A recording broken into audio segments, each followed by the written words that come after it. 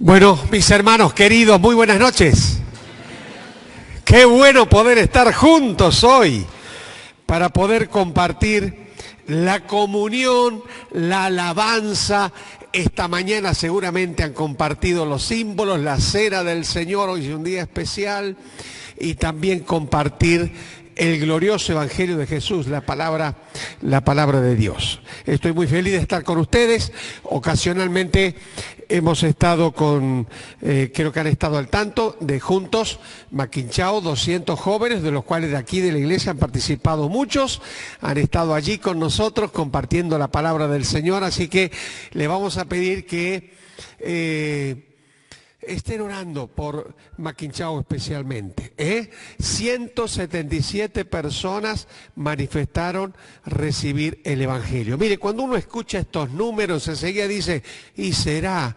No sabemos si serán 177 o será uno, pero estamos seguros de que por lo menos escucharon el Evangelio. Y todo indica que lo entendieron, y eso ya es mucho. Porque convertirse, como vamos a ver esta noche, es un proceso, a mí me gusta decir esta expresión, y creo que es didáctica. Uno se empieza a convertir al Evangelio y se termina de convertir al Evangelio. Ahora, claro está que puede haber un aborto espiritual, es decir, nunca terminó de convertirse. ¿Se acuerda la parábola del sembrador? La semillita cayó, crece, pero después se ahoga, no echa raíces. Un aborto espiritual, nunca se convirtió, nunca se terminó de convertir. Y lo que ha pasado en Maquinchao hoy es que 177 personas manifestaron al menos entender el Evangelio. Amén. Vamos a estar orando por eso. Mire, yo le invito a leer el encuentro nocturno del primer día de resurrección del Señor Jesús.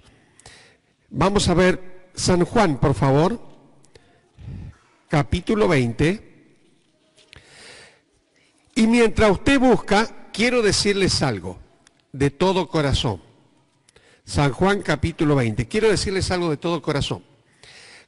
Yo no conozco mucho la iglesia, pero vine hace muchos años a una conferencia y estábamos aquí al lado, ¿puede ser?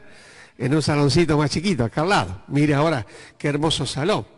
Yo los quiero felicitar. Los quiero felicitar de corazón, porque la semana que viene van a cumplir 21 años, ¿o estoy equivocado? Van a cumplir 21 años, ya cumplieron 21 años, pero la van a celebrar la semana que viene, así es.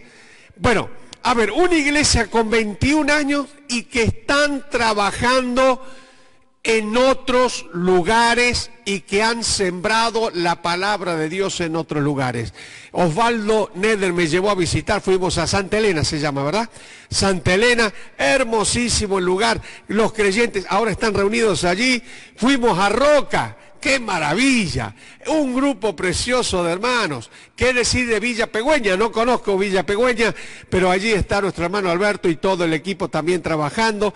Este fin de semana los jóvenes en Maquinchao son un ejemplo, hermano. Son un ejemplo, se los digo de corazón. Sigan adelante. Y pensar que hoy hay pastores que en vez de estar sentados acá, están sentados en la obra, en la expansión, entre otros, algunos están y otros están en la expansión, conmueve el corazón. Porque son un verdadero ejemplo. Que el Señor les bendiga. Quería decirles eso antes de ver la palabra, Así que adelante, porque algo de eso vamos a mirar hoy. Yo quiero hablarles hoy de la Gran Comisión. Pero, cuando decimos Gran Comisión, le voy a preguntar algunas cositas, porque tiene que ver con el Jesús resucitado. Hoy estamos en Semana Santa, hoy es domingo de resurrección. Jesús ha resucitado. Ahora, ¿por qué quiero llevarlos a la Gran Comisión? Porque Jesús resucitado, ¿cuándo fue que dijo la Gran Comisión? ¿Apenas resucitó o antes de ascender al cielo? Cuando yo les digo Gran Comisión, ¿cuál es el pasaje que se nos viene a la mente? Mateo 28. Enseguida viene Mateo 28. Pero miren lo que vamos a leer hoy. Era el domingo de resurrección. Era el domingo de resurrección. Escuche bien, míreme antes de leer. Era domingo de resurrección. El domingo de resurrección Jesús tuvo, todo indica, al menos al revisar el texto, todo indica que Jesús tuvo 5 apariciones. ¿Cuántas?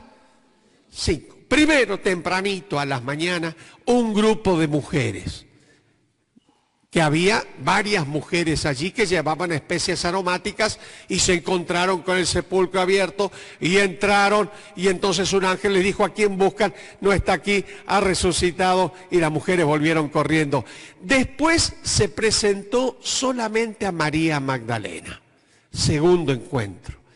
Tercer encuentro, 1 Corintios 15, cuando Pablo recuerda la resurrección de Jesús y las apariciones, dice que al tercer día resucitó. Inmediatamente el verso 5, 1 Corintios 15, dice: y se apareció a Cefas, a Pedro. No habla de las mujeres, pero habla de Pedro. Fíjese, quiere decir que primero a las mujeres. En el mismo día domingo se apareció a María Magdalena. El mismo día domingo se apareció a Cefas. Más tardecita se apareció a los dos que iban camino ¿a dónde? Que iban camino a Emaús, que lo reconocieron cuando partió el pan. La cuarta vez. Y la quinta vez es la que vamos a leer ahora. Cuando llegó la noche, Jesús se apareció por quinta vez. Así que, hermano, ¿cuántas veces se apareció Jesús en el día de resurrección? 5 veces. Las mujeres, María, Cefas, los que iban camino a Emaús, no conocemos su nombre. Y ahora esto, fíjese, Juan capítulo 20, verso 21. Dice así la Biblia, palabra de Dios. Mire, voy a leer el verso 19. Cuando llegó la noche de aquel mismo día, ¿qué día? El primero de la semana. Quiere decir que no estoy equivocado al decir que es el día de la resurrección, ¿verdad? Me siento raro con los anteojos, porque nunca usé anteojos en mi vida, pero tuve que empezar a usar anteojos. Me hacía el pibe, pero ya no va más. Tengo que usar anteojos. Cuando llegó la noche de aquel mismo día, el primero de la semana, estando las puertas cerradas en el lugar donde los discípulos estaban reunidos, por miedo de los judíos, vino Jesús y puesto en medio le dijo: paz a vosotros. Verso 20. Cuando les hubo dicho esto, le mostró las manos y el costado, y los discípulos se regocijaron viendo al Señor. Entonces Jesús les dijo otra vez: paz a vosotros. Y lea conmigo ahora, todos juntos: como me envió el Padre, así también yo os envío. Escuche, entonces, la gran comisión, ¿cuándo la empezó a decir Jesús? ¿En Mateo 28 o en Juan 20, el domingo de resurrección? ¿Cuándo empezó? En Juan 20 empezó. Juntos escribimos un librito, el ABCD, no sé si alguno lo leyó, se terminó, vamos a hacer una segunda edición, donde hablamos de la gran comisión integral. Hermano, la gran comisión no es Mateo 28 solamente, es Juan capítulo 20, es esta porción, porque aquí Jesús dice: como el Padre me envió, yo que os envío. Y fíjese lo que dice, cómo termina. Y habiendo dicho esto, sopló y les dijo: recibid el Espíritu Santo.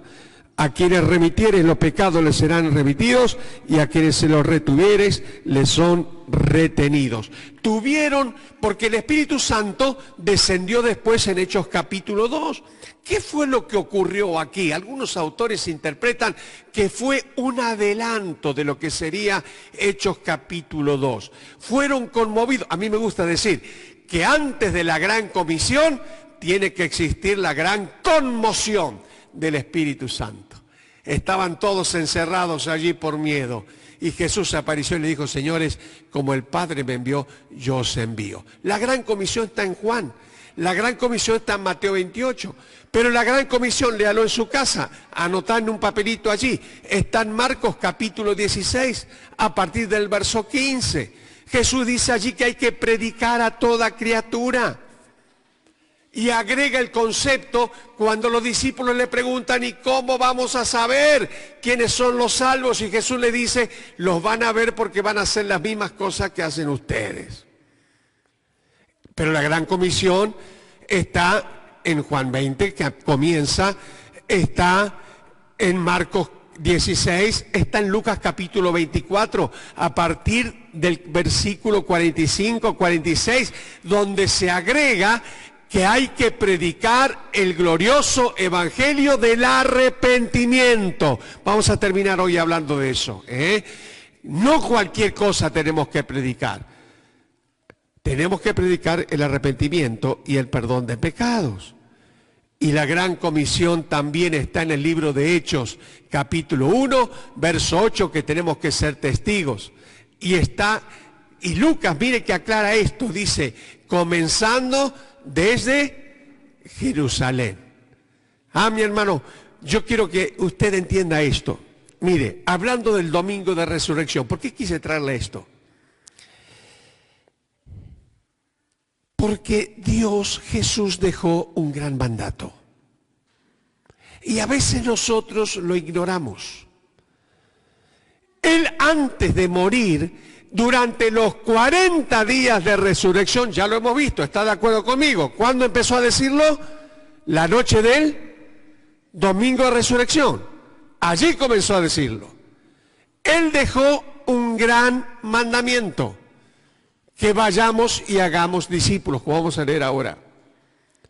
Y este mandato del Cristo resucitado resuena cada día en nuestro corazón. Por eso ahora quiero que lea conmigo, sí, Mateo 28, y voy a dejarle allí algunas cositas que a mí me animan mucho para que esta noche usted también pueda ser animado y bendecido. Dice Mateo 28 a partir del verso 18. Porque ahí comienza el texto de la gran comisión, 28, 18. Jesús se acercó y les habló diciendo, toda potestad me es dada en el cielo y en la tierra. ¿Lo leemos juntos? A ver, léalo conmigo. Toda potestad me es dada en el cielo y en la tierra. Por tanto, id y haced discípulos a todas las naciones, bautizándolos en el nombre del Padre, del Hijo y del Espíritu Santo, enseñándoles que guarden todas las cosas que os he mandado, y aquí yo estoy con vosotros todos los días hasta el fin del mundo. Mire, hermano, quiero dejarle algunas cositas, algunos pensamientos. Ya hemos hablado mucho de la gran comisión, pero quiero dejarles estos paradigmas, ¿no? Estos 4 o 5 paradigmas. En primer lugar, cuando hablamos del Cristo resucitado y la gran comisión, fíjese esto. Él comienza diciendo en Mateo capítulo, porque esa es otra cosa. A veces cuando pensamos en la gran comisión, pensamos que empieza en el versículo número 19. En el versículo número 19, por tanto, id y haced discípulos, pero no, empieza en el 18. Y el primer paradigma es, la primera pregunta, me voy a hacer 4 o 5 preguntas esta noche. ¿Arriba o abajo? La primera pregunta. ¿Qué le parece? ¿Dónde obra Dios? ¿Qué dice? Toda potestad me es dada en el cielo, ¿y dónde más? En la tierra. Escuche, ¿arriba o abajo? En los dos, pero empieza arriba. No vamos a ganar el mundo para Cristo si no entendemos que el Rey de Reyes es el que tiene que ir delante nuestro. Tenemos que empezar arriba. La batalla se gana arriba. Es un gran error. Es un gran error reducir el Evangelio a un discurso verbal que es excelente. Pero es un gran error a reducirlo a esto. Tenemos que aprender a doblar rodillas y a orar al Señor. Mire, no lo vi acá porque yo ya no estoy. Yo vengo a acompañar a los muchachos, pero ya están los más jóvenes tomando riendas del asunto. Tuvimos momentos de oración, pero cuando empezamos conjuntos teníamos una salita de oración. Entendemos que no podemos salir al campo sin antes orar. Clamar al Señor. Rendir nuestra vida, hermano, escuche, deje que el Espíritu aplique esto a su corazón. No hay gran comisión, sino primero una gran conmoción. como los discípulos fueron tocados por el Espíritu Santo. De esa manera se abren nuestros ojos y entendemos que el poder viene de arriba. También el poder Jesús lo tiene abajo. Pero empieza arriba. ¿Y cómo empieza arriba? Con una vida de oración y de santidad. Uno de los muchachos me preguntaba, me decía, Guillermo, ¿a qué más en la obra le has tenido temor? Y yo le digo, mirá, han pasado los años, ya tengo 59 pirulos, y la verdad que lo que más temor le he tenido y le tengo hoy, a pesar de la edad, es al pecado. Es deshonrar al Señor con el pecado. Porque requiere una vida santa predicar el Evangelio. Ahora, hermano, escuche, este poder de Dios que empieza arriba y que está en la tierra, ¿sabe qué significa? Que Dios tiene poder para transformar vida. Que Él quiere que nosotros abramos nuestra boca y prediquemos el Evangelio, porque hay personas que se van a convertir en el Evangelio. Lo que pasa es que el enemigo nos quiere hacer creer la mentira de que nadie quiere creer. Mire, cuando llega la noche en Juntos, los muchachos dicen, bueno, a ver, ¿a cuántas personas le hemos predicado? A tantas personas. Real, le hemos predicado, cuerpo a cuerpo. Yo salí con un grupo de ellos, fui a 5 o 6 casas y entramos a la casa y predicamos. Los turnamos para predicar el Evangelio. ¿A cuántos le predicamos? A tantos. ¿Cuántos rechazaron el Evangelio? ¿Tanto? Muchos rechazaron el Evangelio. ¿Cuánto, el semáforo le llamamos a esto? ¿Cuántos quedaron en amarillo, que están ahí? No sabemos si entendieron o no entendieron. ¿Tantos? ¿Cuántos aceptaron a Cristo? Los menos. Pero si usted suma los amarillos y los verdes, Lucas cuando pasó hizo el resumen, dijo, esta es la gran mentira del diablo. Nunca los que rechazan son la mayoría. ¿Escuchaste? Y esto lo vivimos juntos tras juntos. Nunca los que rechazan el Evangelio frontalmente son mayoría. No son mayoría. Ahí quedaron los que entendieron el Evangelio y los otros que tienen que tomar una decisión. Pero a veces el diablo nos quiere hacer pensar que todo el mundo rechaza, que todo... No, Señor, Dios tiene autoridad y el Espíritu Santo es el que convence. ¿Sabes quién se convierte al Evangelio? Aquel a que el Espíritu Santo le predica primero. Y cuando nosotros vamos con oración, estamos yendo a una casa y a un lugar y le estamos predicando a un vecino, un amigo, a alguien que el Espíritu le predicó primero. Hermanos, sin el Señor no podemos hacer nada. Así que primer paradigma, primer pregunta, ¿cómo es? ¿Arriba o abajo? Las dos. ¿Pero dónde empieza? Arriba. Segunda preguntita que me hago. ¿Es ir o yendo? Miren, ahí el verbo ir es una composición verbal. Yo del griego no sé mucho, pero yo tengo una profesora que me ayuda con las cosas del griego. Y me acuerdo cuando estudiamos mucho todo esto. El id, escuche bien esto. El id se puede traducir correctamente, inclusive en el interlineal, don Francisco La Cueva lo tiene con un asterisco ahí y dice yendo. Cuidado. Cuidado, hermano. No es lo mismo. Ir o yendo. Yo diría, así como dijimos, arriba o abajo, los dos. ¿Pero dónde empieza? Arriba. Ir o yendo, los dos. ¿Pero dónde empieza? En el ir. Tenemos que salir, tenemos que movernos. Ahora, el yendo, cuando yo aprendí el yendo, a mí me voló la cabeza, hermano. Porque escuche, la idea del yendo, puede leerlo así. Por tanto, yendo, hagan discípulos a todas las naciones, bautizándolos en el nombre del Padre, del Hijo y del Espíritu Santo. La idea del yendo te plantea la continuidad, te plantea, eso en el librito lo explicamos muy bien, te plantea el concepto mientras tanto que voy, entre tanto que camino. Quiere decir que para predicar el Evangelio no tengo que llegar a ningún lugar en especial. Es mientras voy caminando en mi vida. Claro. Por eso el ir oyendo, hermano, a veces pensamos que van a predicar el Evangelio los misioneros que se toman un avión y se van. o un colectivo y se van, o agarran el auto y se van. Para predicar el Evangelio no hay que ir a ningún lado en especial. Cuando el Espíritu toca, mire, cuando usted ve en Hechos de los Apóstoles, después de la muerte de Esteban vino la persecución y aparece Hechos capítulo número 11, la iglesia en Antioquía, y todos fueron esparcidos, y los de Chipre y los de Cirene predicaban a los que eran judíos y no eran judíos, y después viene Hechos capítulo 13, y la iglesia se expande, gloria a Dios por eso, pero todo comienza con el yendo, hermano, el yendo. Y el yendo significa cada día de nuestra vida. Y ponete esto en la cabeza y deja que el Espíritu lo coloque en tu corazón. Son los dos, es ir y yendo. Comienza con el ir, pero tenés que pensar que cada día te vas a encontrar con alguien que necesita que le hables del Señor Jesús. Claro que sí.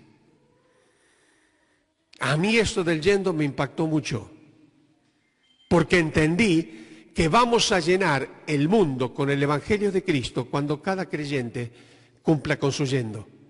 ¿Lo digo de nuevo? ¿Qué vamos a hacer para llenar el mundo con el Evangelio de Cristo? A ver, vamos a charlarlo un ratito esta noche. ¿Qué vamos a hacer? Gracias a Dios por las obras de extensión, como dije al principio. ¿Pero qué vamos a hacer? Hay 8.000 millones de habitantes en el mundo. ¿Cuántos son cristianos? Una pregunta muy difícil de responder. En los días de Guillermo Carey, él había hecho la cuenta y cristianos era el 7 o el 8% del mundo conocido entonces. Hoy no sé cuánto es el número de cristianos. La gran mayoría no son cristianos. Yo me pregunto, ¿que haya más misioneros? Gloria a Dios, que haya más misioneros. ¿Que haya más radios cristianas? Gloria a Dios. ¿Que haya más templos cristianos por todos lados? Gloria a Dios. Más obras, como dije recién. Ustedes son un ejemplo. Gloria a Dios. Pero hermano, deja que el Espíritu aplique esto a tu corazón. ¿Sabes cuándo se va a llenar el mundo con el Evangelio de Cristo? Cuando cada creyente cumpla con su yendo. Porque yo tengo el yendo mío, vos tenés el yendo tuyo. Las personas con las que yo me encuentro, vos no te encontrás. Y las personas con las que vos te encontrás, yo no me encuentro. Tu yendo es tuyo y mi yendo es mío. Hermano, ir o yendo, los dos. Pero todo empieza con el ir, entendiendo que en el yendo vamos a encontrar las personas que necesitan de Cristo. Amén. Por eso la gran pregunta es, predicamos el Evangelio. Qué bueno que podamos entenderlo, que mañana mismo podamos predicarlo. Y aquí viene el tercer paradigma o la tercera pregunta. La primera dijimos, ¿arriba o abajo? ¿Dónde empieza? Arriba. Ir o yendo. Los dos. ¿Pero dónde empieza? En el ir. Así que hay que moverse y mañana mismo cumplir el gran mandato. Pero el tercer paradigma, el tercer concepto es hablar o hacer. ¿Qué hacemos? ¿Hablamos o hacemos? Los dos. Pero tenemos que empezar por hablar. Ay, hermano, tenemos que empezar por hablar. Miren, a los hermanos creo que en Roca les decía, ¿por qué nos cuesta tanto poner en palabra el Evangelio? Algo que pasen juntos, que los chicos les ocurre. Yo fui con dos muchachos, ¿no? Un muchachito y Ruth, de Tierra del Fuego, y un muchachito de Esperanza, ahí de Santa Fe, Franco. Franco, un avión. Este ya el cuarto, quinto junto que tiene, y un avión, hacía los 3 círculos, predicaba el Evangelio, parecía espullo predicando el Evangelio. Ruth era nuevita, le costaba un montón, le costó al principio, y después cuando Ruth te toca de nuevo, dale para adelante, y fue aprendiendo y se fue lanzando. Pero yo digo, más allá de la herramienta que usemos, ¿te preguntaste alguna vez por qué nos cuesta tanto hablar de Jesús? Mire, levanten la mano, ¿quiénes tienen hijos acá? Hijos. Bien. Yo tengo una pregunta a vos que tenés hijos. ¿Defendés a tu hijo cuando está en algún problema, sí o no? ¡Ah! Esa mamá que dicen, a mi hijo, mi esposa solía decir, hasta el día de hoy lo dice, a mis hijos no lo toca No lo toca nadie, no te metas con mi hijo, ¿eh? Así que hasta en la escuela, cuando yo era chico, las maestras retaban a los niños, ahora los padres retan a la maestra, está todo al revés. Pero si haces algo, y decís, nadie se meta con mi hijo, y vas y peleas por tu hijo, y te imponés, y si tenés que pelearte por tu hijo, ¿te pelearías por tu hijo o no? ¿Reclamarías por tu hijo o no? Claro que sí, lo hacemos por nuestro hijo. Levanten la mano los que estudian, los que están estudiando, en la escuela, cuando das examen, ¿hablás o te callás? Hablás y defendés la nota o no la defendés. Y la defendés y cuando te preguntan, como me pasaba a mí muchas veces, algo que no sabía, sacaba la guitarrita y me ponía a decir cualquier cosa y hablaba y hablaba y hablaba. Hermano, usted que hace negocios, ¿le gusta hacer negocio o no? ¿Le va bien en su negocio? ¿Te va bien en su negocio? ¿Sabes vender o no sabes vender? Claro que sabes vender. Y vendés y presentás tu producto y lo vendés sin ningún problema. Cuando vas a vender el auto, lo defendés al auto y decís porque mi auto vale tanto y estás contento porque lo vendiste al precio y hablaste y pusiste en palabras. Pero cuando llega el momento de predicar el Evangelio, mi querido hermano Eber dice, si fuéramos pentecostales le diríamos, hay un espíritu de mordaza. No sale. No sale. No sale. Parece que no sale. Estamos en la fila del banco en un lugar o estamos, me pasó una vez en el supermercado, en la cajera llorando. Estaba secándose las lágrimas y pasaba pip, pip, los productos. Y no nos sale decirle, mira, no sé por qué estás llorando, pero una cosa te digo, Jesús te ama y tiene la solución para cualquier problema que tengas. No nos sale. Hermano, es hablar o hacer, las dos cosas. Pero hay que empezar por hablar. Por favor, pedir al Señor cada día que te dé valentía para hablar. Para hablar en donde estés, en tu yendo de cada día. Que te dé valentía para hablar. Pero quiero hablarte del hacer también, porque son los dos. Es hablar y hacer. ¿Por qué el hacer? Mire, todos tenemos que ser hacedores de discípulos. ¿Está de acuerdo conmigo? ¿Sí o no? Todos tenemos que hacer discípulos. Es el gran mandamiento. Ahora, ¿qué es hacer un discípulo? Esa pregunta me la hice varias veces. ¿Qué es hacer un discípulo? Bueno, si yo sigo a Mateo 28, me va dando el orden de lo que tiene que suceder. Primero esa persona se tiene que convertir. Diga convertir. Se tiene que convertir. Segundo, se tiene que ¿qué? Sigamos el orden. Segundo, se tiene que ¿qué? Bautizar en el nombre del Padre, del Hijo y del Espíritu Santo. Tercero, no es exactamente un orden cronológico, hay una armonía entre estos pasos. Es un concepto de sincronicidad, sincrónicamente. Es decir, que mientras predico, la persona está entendiendo el Evangelio, comprende que se tiene que bautizar, ya está aprendiendo la Biblia, se bautiza, sigue aprendiendo la Biblia. Y el cuarto paso es que tiene que salir a hacer lo mismo que vos. Entonces, ¿qué tiene que suceder con un discípulo? 4 cosas. Se tiene que convertir, se tiene que bautizar, tiene que capacitarse y aprender y tiene que salir a hacer lo mismo. ¿Qué tiene que hacer? Discípulo. En nuestra iglesia tenemos este eslogan en Santa Fe. ¿Qué somos? Discípulos que hacemos discípulos para que hagan discípulos. Dígalo conmigo. ¿Qué somos? Discípulos que hacemos discípulos para que hagan discípulos. Hermano, es hablar el Evangelio. Dicho sea de paso, el Evangelio es una narración doctrinal. Lo tengo que hablar. Lo tengo que hablar. Yo me crié con ese concepto de que predicamos el Evangelio con el testimonio. No se enoje, perdóneme, pero no es verdad. O es una verdad a media. El testimonio está muy bien, pero nadie se va a convertir porque usted es un buen creyente.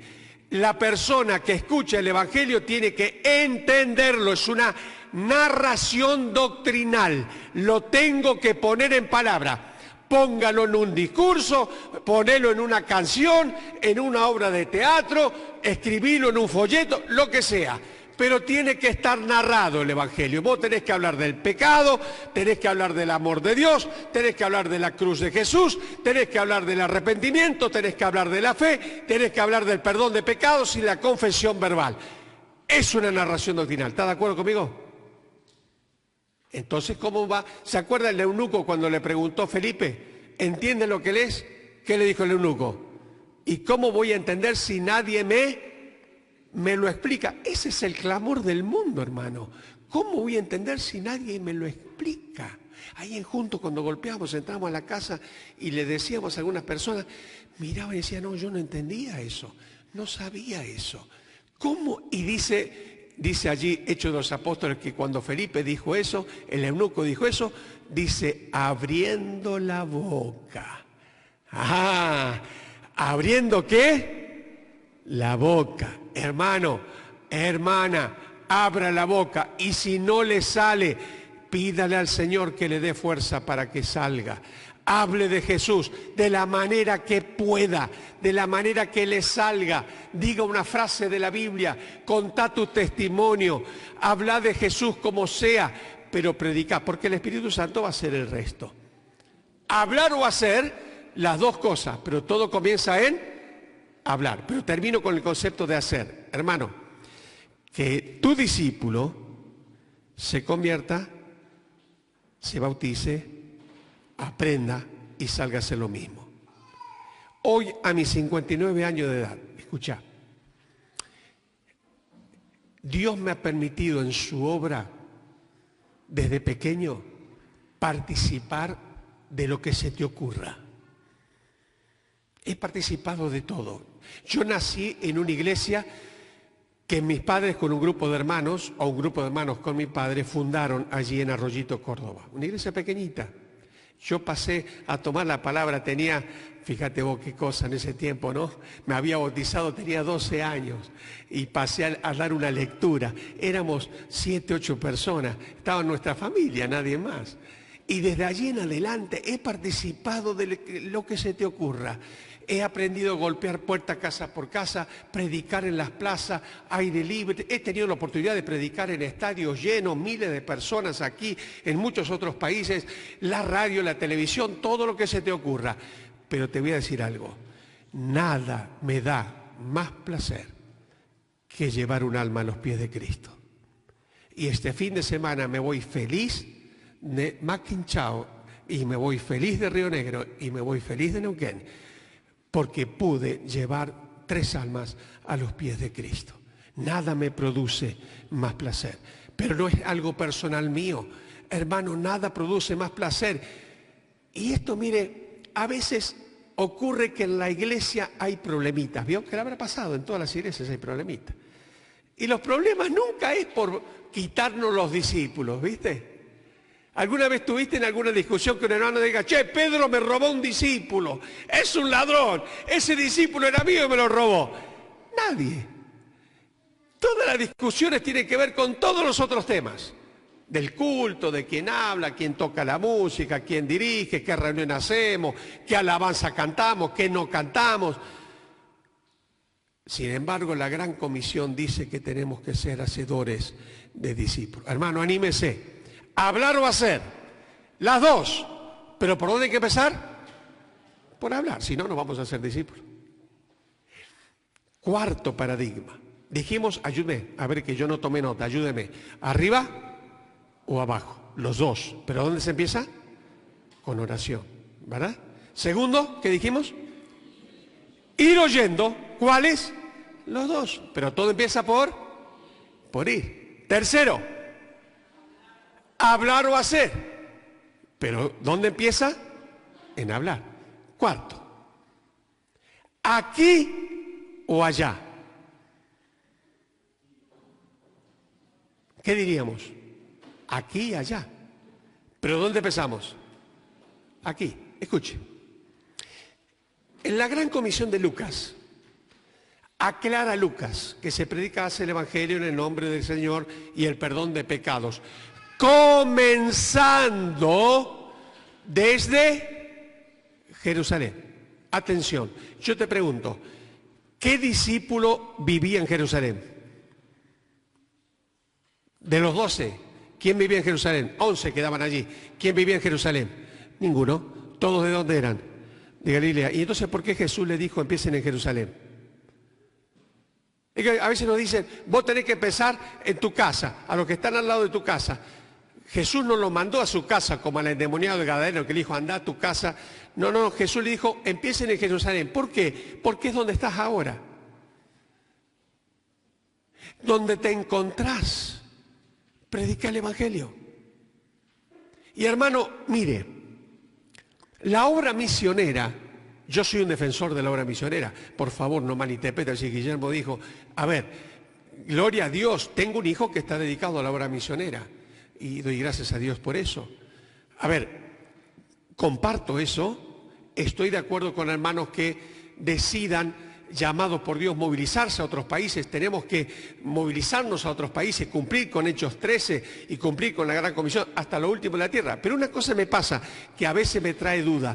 El punto de llegada, aquí o allá, el allá lo tengo claro, hasta el fin del mundo. Nunca se puso en duda el fin del mundo. ¿Cuál es el fin del mundo? El fin del mundo. Hasta que el último de los seres mortales escuche el Evangelio. Pero lo que se nos olvida es el punto de partida.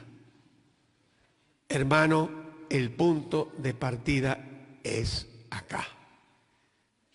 Y el punto de partida es acá. Los apóstoles entendieron que el punto de partida, ¿dónde era? Jerusalén. Pedro se levantó a predicar en Pentecostés, empezó a predicar el Evangelio, dio un mensaje fantástico del vulgo y sin letra, el Espíritu lo ayudó, todos predicaban. Mirá, cuando vos lees allí todas las ciudades y todas las regiones que escucharon el Evangelio, hay más de 14, 15 regiones, todos escucharon el Evangelio. Dice John Stott estudiando el pasaje, todo el mundo conocido estaba ahí. Y ese día que predicó Pedro se convirtió a alguien que era de Roma. Se fue a Roma y predicó y posiblemente se convirtieron Priscila y Aquila. Y Priscila y Aquila tuvieron que correr de Roma, llegaron a Corinto y predicaron en Corinto, Hechos capítulo 16. Y se convirtieron entre otros la familia de Estéfana. Y dice la Biblia que de la familia de Estéfana se fueron a Grecia y fueron primicia de los de Acaya. ¡Wow! ¿Dónde empezó todo? En la predicación de Pedro de Jerusalén. Hermano, no hay punto de llegada sin punto de partida. ¿Y el punto de partida cuál es? Ahí donde estás. Vos no sabes lo que Dios puede hacer. ¿Qué sabes quién se puede convertir esta noche allí en Santa Elena, donde están los hermanos? ¿Qué sabes quién se puede convertir? Enroca a los hermanos que están reunidos ahora. En el resto de todas las iglesias, ¿qué sabes que se puede convertir? Y lo que Dios puede llegar a hacer. Hermano, aquí o allá, los dos. Pero ¿dónde hay que empezar? El punto de partida. Y termino, quinto. ¿Ahora o mañana? Los dos. ¿Pero cuándo hay que empezar? Ahora. Yo te pido algo. Esta semana, ¿te animás a predicar el Evangelio a alguien? ¿Lo vas a hacer? Chicos, jovencitos, amigos de la escuela, Yo me gustó porque en mi grupo yo tenía, repito, lo tenía Franquito, un avión, porque ya había estado en varios y manejaba muy bien, enseñamos los 3 círculos, ¿cuáles las herramientas? Puede ser cualquiera, los 5 colores, las leyes, tu testimonio, lo que quieras. El asunto es predicar. Y Ruth le costaba un poquitito más. Pero le decíamos, es una cuestión de práctica. Hermano, ahora o mañana, es ahora, no hay tiempo. Y te voy a decir algo. Y con esto no quiero sembrarte una duda. No quiero sembrarte una duda, hermano. Por esta iglesia han pasado hermanos seguramente que hoy no están. Algunos están en la presencia del Señor, hermanos fieles, ¿verdad? Imagino yo. Y otros se apartaron. ¿Hay hermanos de aquí que se han apartado en estos 21 años? Obviamente, en todas las iglesias. Hay hermanos que se apartaron. Ahora te hago una pregunta. Si no tenés más tiempo, el tiempo se termina y tenés que elegir ir a visitar a un hermano apartado o ir en busca de alguien que se va al infierno, ¿quién tiene prioridad? Decime, ¿quién tiene prioridad? Sí, claro, querido. El que se va al infierno tiene prioridad. ¿Me voy a olvidar del hermano que está apartado? No, le voy a mandar un mensaje, voy a tratar de ir a visitarlo, pero quédate con este pensamiento. Los que tienen prioridad son los que nunca han escuchado el Evangelio. Y termino esta noche diciendo lo siguiente. Quiera Dios que no pase, ¿no? Bueno, usted sabe que, creo que está enterado, alguno estará enterado, yo hace 3 años estuve en una situación de salud muy delicada, estuve a punto de partir, estuve hablando con el Señor ahí cara a cara, y el Señor me dijo, bueno, un tiempito más te voy a dejar. Si hoy te morís, termino con este pensamiento, ¿a dónde te vas? ¿Te vas al cielo con Dios o te vas al infierno sin Dios? Hoy hemos hablado de la gran comisión, ¿sí? Repasamos arriba o abajo. Segundo, ir oyendo, los dos, pero el ir. Tercero, hablar o hacer, los dos, hablar. Cuarto, aquí o allá, los dos, pero es aquí. Quinto, ahora, mañana, ahora. Y lo que tenés que pensar ahora es, si morís, ¿a dónde te vas? Hacíamos esta pregunta a algunas personas y enseguida la gente dice, yo me voy al cielo. ¿Por qué? Porque soy una buena persona, no le he hecho mal a nadie. Y a lo mejor vos pensás que sos una buena persona, que no le has hecho mal a nadie y te vas al cielo.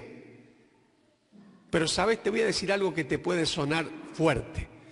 Es exactamente al revés.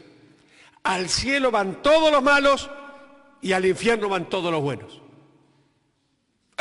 ¿Cómo puede ser? No, no es así. Sí es así. Al cielo van todos los malos y al infierno van todos los buenos. Hay una trampita en lo que estoy diciendo. ¿Sabes qué pasa? El libro sagrado, la Biblia, dice que todos somos malos y nos vamos ¿a dónde?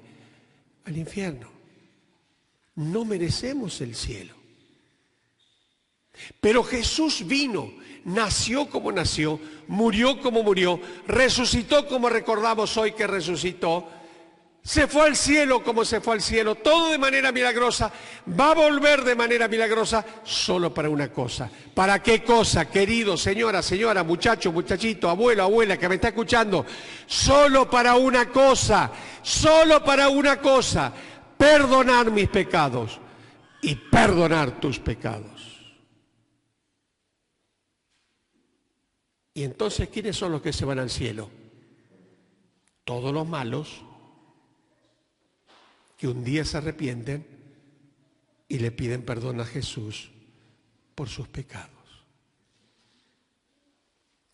Jorge Luis Borges, un escritor argentino, decía, él se hizo conocido en uno de sus reportajes porque decía, no entiendo a Dios, decía él. ¿Cómo puede presentar un cielo? ¿Quién tiene tanto mérito para merecer un cielo o sea tan malo para merecer el infierno?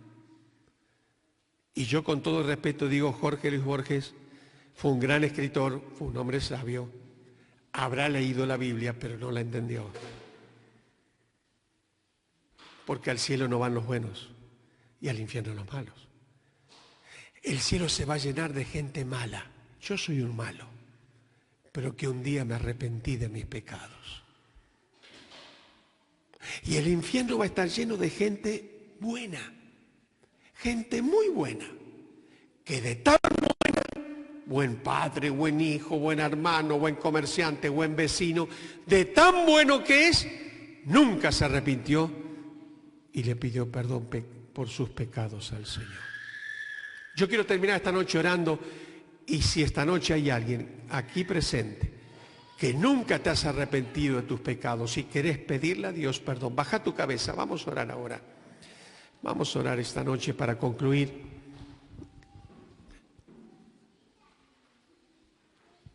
Y me gustaría esta noche, domingo de resurrección, Este es el evangelio que tenemos que predicar, que Jesús murió para perdonar mis pecados y perdonar tus pecados. Quizás hace tiempo que estás viniendo a la iglesia, pero nunca tomaste la decisión. Allí donde estás, decirle, Padre Dios, decile con tus palabras, Padre Dios, en esta noche me arrepiento de mis pecados. Me arrepiento de mis pecados. Es la oración más dulce que a Dios le gusta escuchar. Me arrepiento de mis pecados.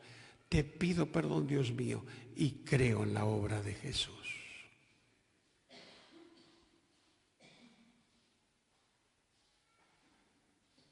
En el nombre de Jesús.